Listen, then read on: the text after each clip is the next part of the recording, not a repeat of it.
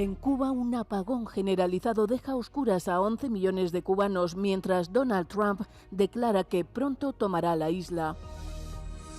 En Cuba, un apagón generalizado deja a oscuras a 11 millones de cubanos, mientras el presidente Donald Trump declara que pronto tomará la isla. La deteriorada red eléctrica de Cuba sufre apagones diarios. Entre tanto, Washington reitera desde hace semanas que mantiene conversaciones con funcionarios de La Habana para organizar la salida de Miguel Díaz-Canel en una toma amistosa del país. Taking Cuba in some form, yeah. Taking Cuba. I mean, whether I free it, take it.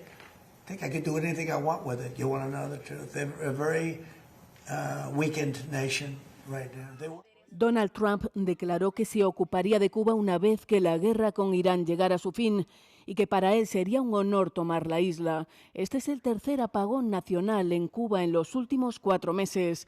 Los medios estatales informaron el lunes por la noche de que los equipos habían restablecido el suministro eléctrico al 5% de los residentes de La Habana, unos 42.000 usuarios, así como a varios hospitales.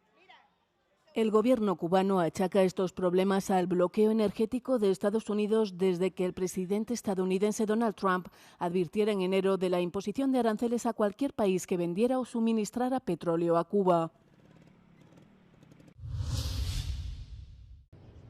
La jefa de política exterior de la Unión Europea, Kaja Kallas, afirmó que no había ningún interés en ampliar el mandato de la misión naval Aspides de la Unión Europea al estrecho de Ormuz.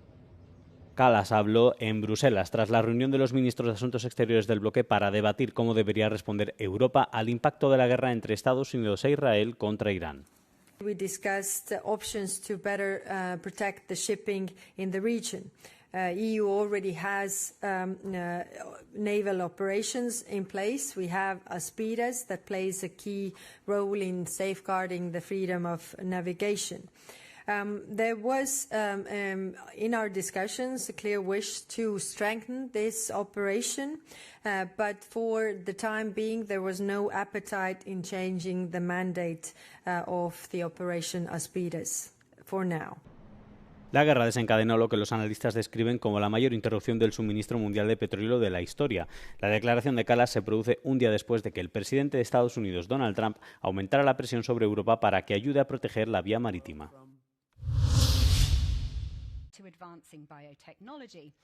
El aumento de las enfermedades no contagiosas, la escasez de personal sanitario y el envejecimiento de la población están marcando el panorama sanitario europeo.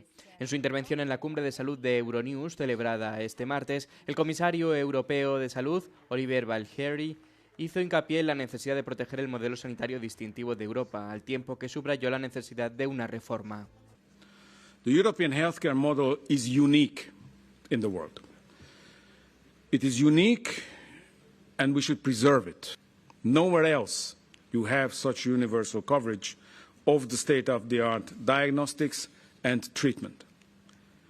But I must also tell you that the signs are not very good. The signs are pointing that this model is under major challenge. We must face the reality, therefore, that the system is under pressure, and we just cannot take it for granted that it will stay with us tomorrow as well. El comisario esbozó varias reformas europeas destinadas a fortalecer la Unión y potenciar la resiliencia y la respuesta a la crisis, desde una revisión de la normativa farmacéutica del bloque hasta una ley de biotecnología destinada a facilitar la comercialización de productos desde el laboratorio. La simplificación es el eje central de las iniciativas. We're living in uncertain times. By simplifying what should be simplified, implementing and enforcing and updating our rules, we move further towards the future we want. A future where innovation thrives and ideas are turned into treatments much faster, where preventing disease is the norm and where Europeans can expect only the best from their healthcare system. Barhelgi señaló que las nuevas iniciativas situarán al sector sanitario europeo a la vanguardia de la carrera mundial por la innovación y proporcionarán las mejores tecnologías sanitarias a los ciudadanos. Alemania realiza simulacros de evacuación de miles de heridos desde Lituania en el flanco este de la OTAN.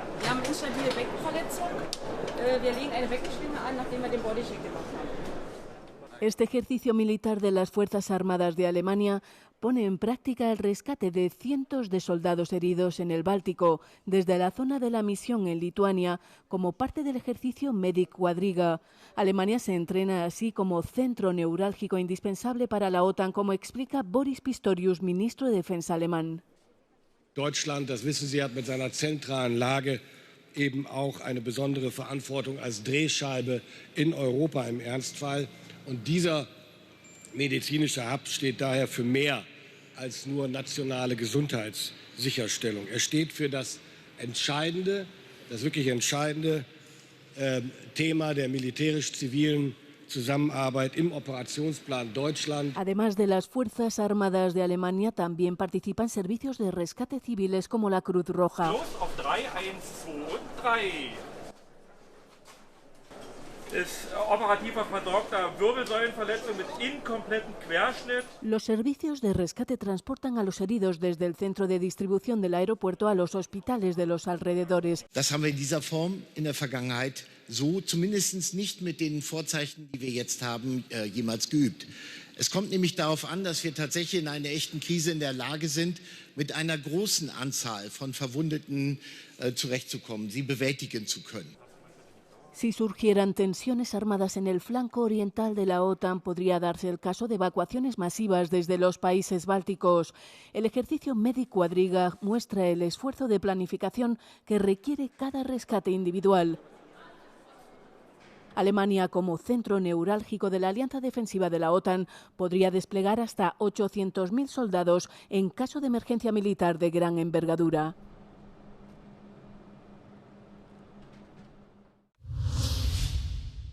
Millones de personas celebran el Día de San Patricio en todo el mundo y en su patria histórica. Para esta celebración centenaria del patrimonio y la cultura, los participantes visten ropas verdes para bailar al son de la música tradicional y presenciar uno de los desfiles más famosos del mundo.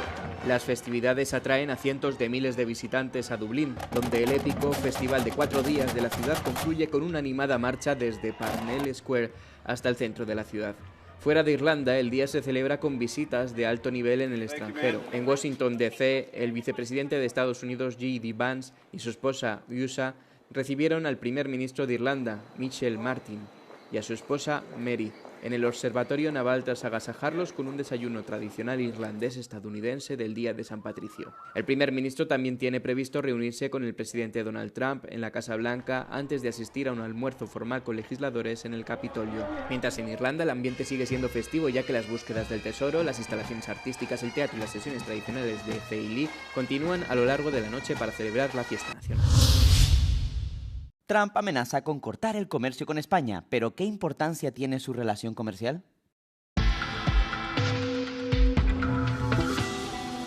El presidente de Estados Unidos, Donald Trump, ha amenazado con cortar el comercio con España después de que ésta se negara a permitir que las fuerzas estadounidenses utilizaran sus bases. Pero, ¿qué importancia tiene el comercio entre ambos países? Según la Oficina del Censo de Estados Unidos, este país exportó alrededor de $26.000 millones en mercancías a España en 2025. Estados Unidos también importó alrededor de $21.000 millones en mercancías de España, lo que significa que el comercio total de mercancías entre ambos países ascendió a unos $47.000 millones en 2025. Sin embargo, la economía española depende más del comercio dentro de Europa que del comercio con Estados Unidos. Los datos del Ministerio de Comercio de España muestran que el país exportó 387.000 millones de euros en mercancías en 2025. Casi 3/4 partes de esa cantidad se destinaron a los mercados europeos, representando la UE por sí sola el 62%. Las principales exportaciones de España son maquinaria, productos químicos, productos alimenticios y automóviles. Vende grandes cantidades de productos farmacéuticos y aceite de oliva a Estados Unidos. España está menos expuesta al mercado estadounidense que otras economías europeas. En Irlanda, más de 1/4 parte de las exportaciones se destinan a Estados Unidos,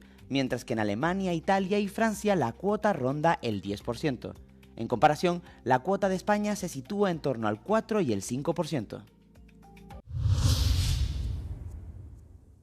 Is Russia using the war in the Middle East to spread disinformation about Ukraine?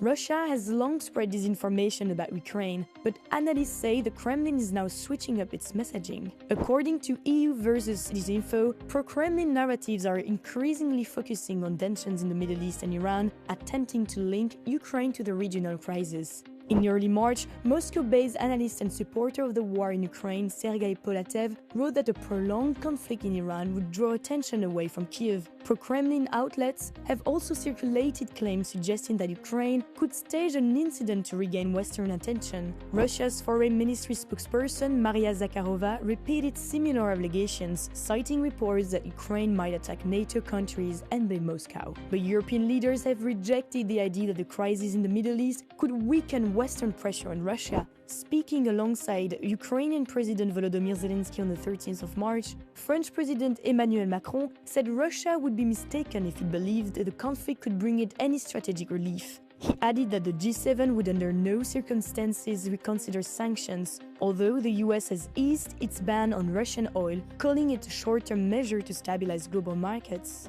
Macron's remarks came after Putin said in early March that Moscow was ready to work with the Europeans, but needed signals that they are ready and willing. The statement followed warnings from Putin that Russia could halt energy supplies to Europe and redirect them to Asia. Meanwhile, on the 14th of March, the European Council renewed individual sanctions against Russia, but European leaders seem to be divided. Belgium's Prime Minister Bart De Wever told the newspaper L'Echo that Europe should consider a deal with Moscow to end the war in Ukraine and restore cheaper energy.